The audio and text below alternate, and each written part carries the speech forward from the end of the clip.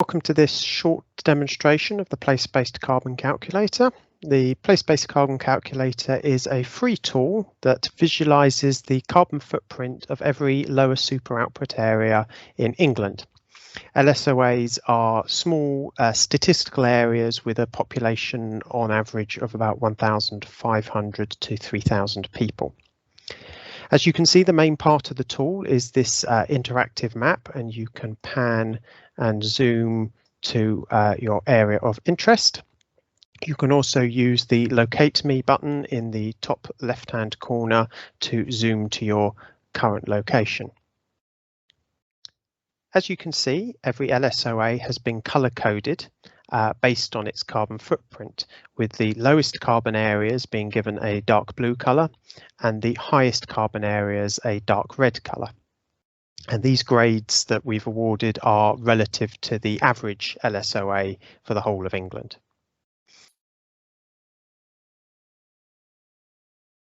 The menu on the right-hand side allows you to customize what the map shows. So, for example, at the moment we're showing the total emissions grade, but we could also look at the grades just for car travel, or just from gas, or electricity, or flights.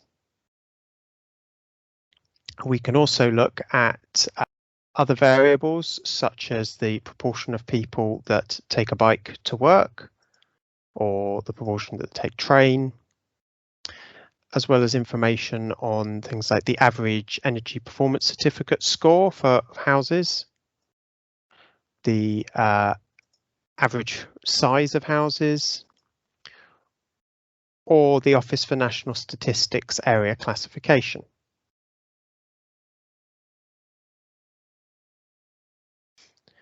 For each LSOA, you can also click on it and get a pop-up report.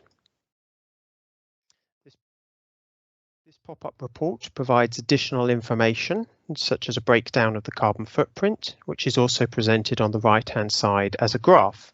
The first column represents the lower super output area that you've clicked on. The second column is the average for the local authority. The third column is the average for England. And the fourth column is the average for areas with the same Office for National Statistics area classification. This means these areas have similar social demographic characteristics. The black horizontal line represents where we need to get to by the sixth carbon budget, which starts in 2032 and gives us a rough idea of where this LSOA needs to be in about 10 years' time. Scroll down on each of the reports and get additional information, for example, explanations about how the grades work. Across the top of the report are tabs that access additional pages with more information. For example, there's information on historical emissions from housing, detail from the Energy Performance Certificate database, including a breakdown of the EPC ratings, information about the energy efficiency of different parts of buildings and what types of heating systems they use. The Transport tab provides historical information about emissions from cars and vans, as well as information from the census about how people travel to work and the difference between number of travellers and distance travelled, as well as trends in terms of the number of cars per person and car emissions per kilometre.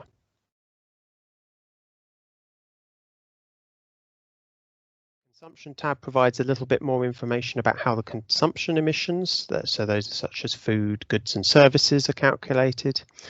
The General tab provides some general overview of the LSOE, including the population trends and the Office for National Statistics area classification pen portraits, which are a plain text description of the social demographics of that area.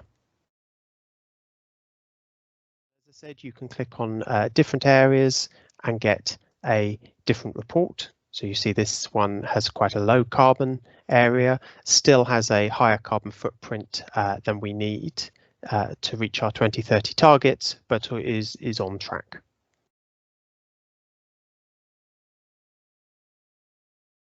Turn the LSOA area map off, we can look at some of the other features, such as the ability to show local authority boundaries or parliamentary constituencies or wards. And we can also see the transport stops layer. So this maps all the public transport stops, bus stops, train stops, tram stops in Great Britain, and colour codes them based on the frequency of service they get.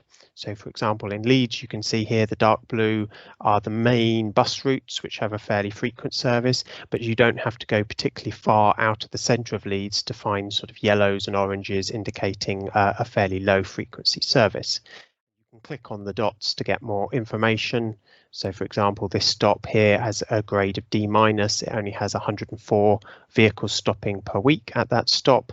We compare that to, say, a frequent service in the centre of Leeds. Here's an A- of 2,047 stops per week. Varies a lot from city to city as well. If we zoom out to the national level, you can see the difference between somewhere in London, where almost every stop is in blue or dark blue, and then cities in the north like Leeds and Manchester, where only the core network achieves a high grade of public transport frequency. We turn this layer off, we can turn on the 15-minute neighbourhoods layer. So 15-minute neighbourhoods are a concept that's been pioneered in Paris, the idea being that in a sustainable city, all the services you need on a regular basis are within a 15-minute walk.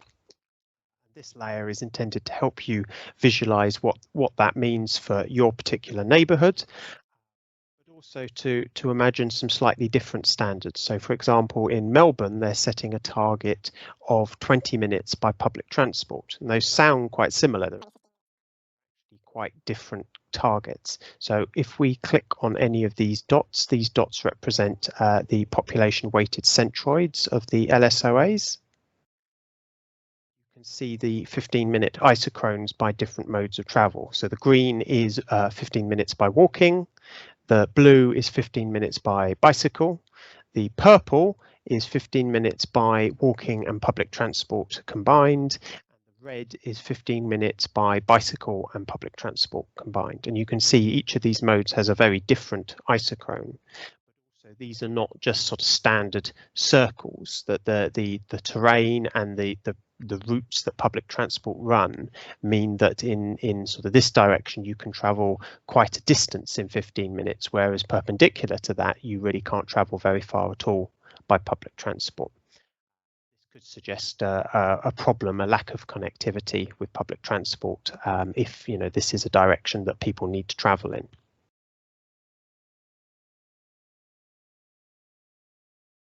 The final layer to show within the tool is the PCT route network. So this is a layer that has been extracted from the propensity to cycle tool, which is a tool to show where cycling demand currently is and could be in the future, a range of different scenarios.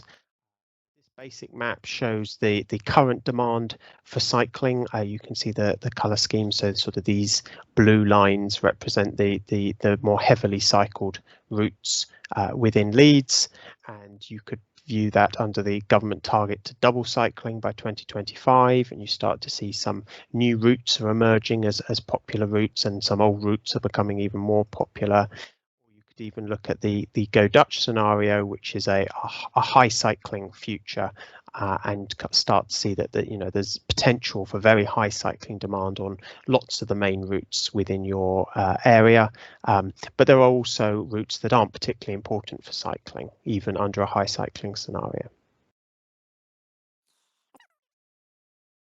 As well as the map, we also provide summary reports for local authorities by clicking on the Local Authorities tab and then selecting your local authority from the drop-down list. Local authority reports are very similar to the LSOA reports, except that they're aggregated up to larger areas. They can provide a useful overview for local authorities just wanting to get the big picture.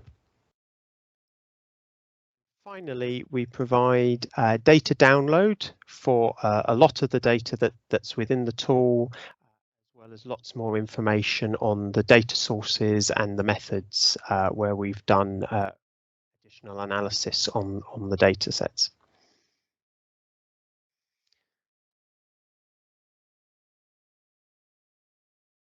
Concludes the introduction to the tool. We hope you find it useful.